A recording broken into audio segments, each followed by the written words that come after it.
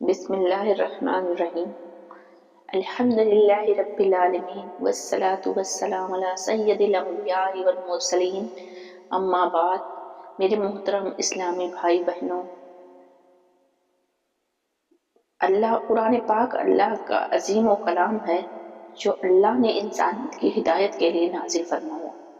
قرآن کی ہر صورت اپنی جگہ عظمت رکھتی ہے، حکمت رکھتی ہے، لیکن کچھ صورتیں ایسی ہیں جن کی فضیلت نبی کریم صلی اللہ علیہ وسلم نے خاص طور پر بیان کی۔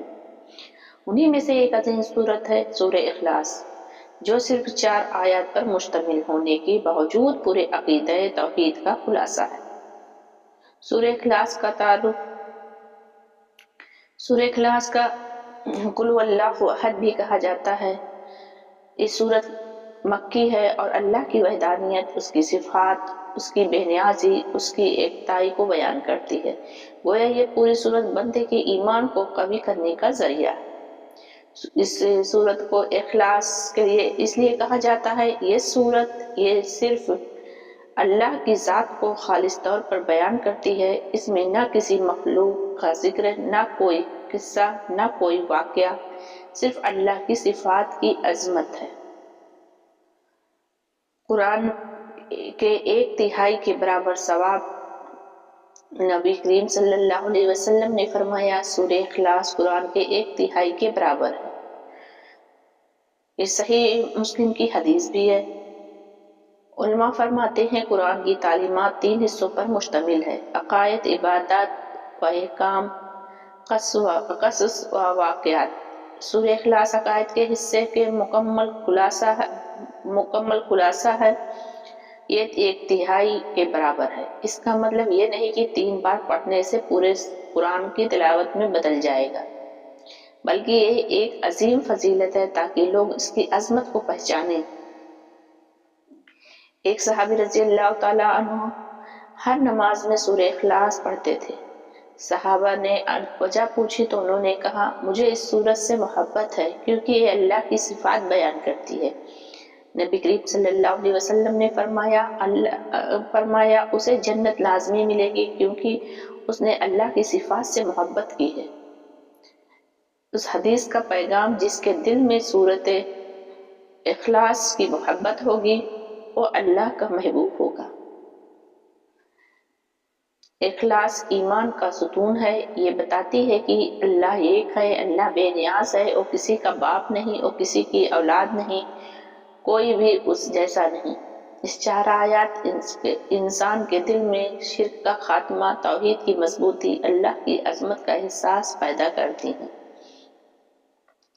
نبی کریم صلی اللہ علیہ وسلم صبح و شام 3 بار سورہ اخلاص، سورہ فلق، سورہ ناس پڑھتے تھے اور فرماتے تھے، جس نے انہیں پڑھ لیا وہ ہر چیز سے کافی ہو گیا، یعنی نظر بد، حسد، جنات، جادو، شیطانی وسوسے، بیماری، خوف، سب سے حفاظت۔ آج کے دور میں جہاں ہر طرف فتنہ ہے، یہی 3 صورتیں ہمارے ایمان کی مضبوط ڈھال ہیں۔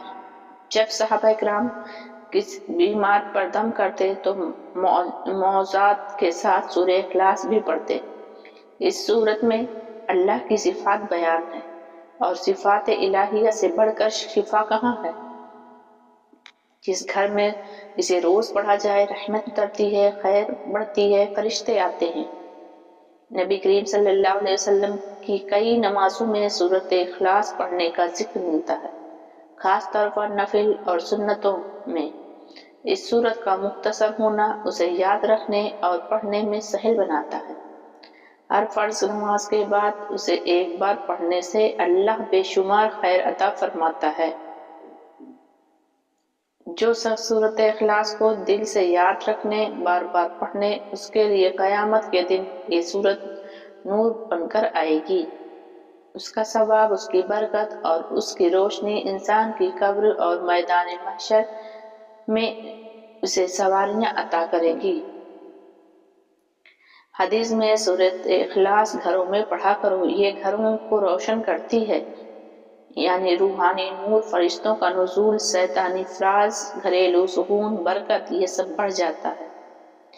جو شخص دعا میں پہلے اللہ کی حمد و ثنا کرے، وہ سورۃ اخلاص پڑھے، پھر دعا کرے اس کی دعا جلد قبول ہوتی ہے۔ سورۃ اخلاص اللہ کی عظمت کو بیان کرتی ہے، اور جب بندہ اللہ کی تعریف کے ساتھ دعا کرے تو وہ دعا فوراً آسمان تک پہنچتی ہے۔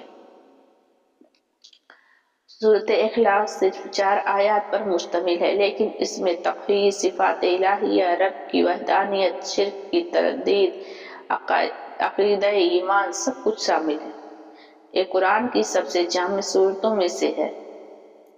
سورہ اخلاص ایک ایسی سورت ہے جو ایمان کو مضبوط کرتی ہے، گھر میں سکون لاتی ہے، رزق میں برکت دیتی ہے، تکلیف سے حفاظت کرتی ہے، دعا قبول کراتی ہے، جنت کا راستہ کھول دیتی ہے، اللہ کا قرب عطا کرتی ہے۔ آئیے ہم سب روزانہ صبح شام سوتے وقت نمازوں کے بعد کم از کم 3 بار سورہ اخلاص پڑھنے کا معمول بنا لیں۔ اللہ ہمیں اس سورت کو صحیح سمجھ اور محبت اور عمل کی توفیق عطا فرمائے، ہدایت کے راستے پر چلنے کی توفیق عطا فرمائے، آمین ثم آمین یا رب العالمین، الحمدللہ رب العالمین۔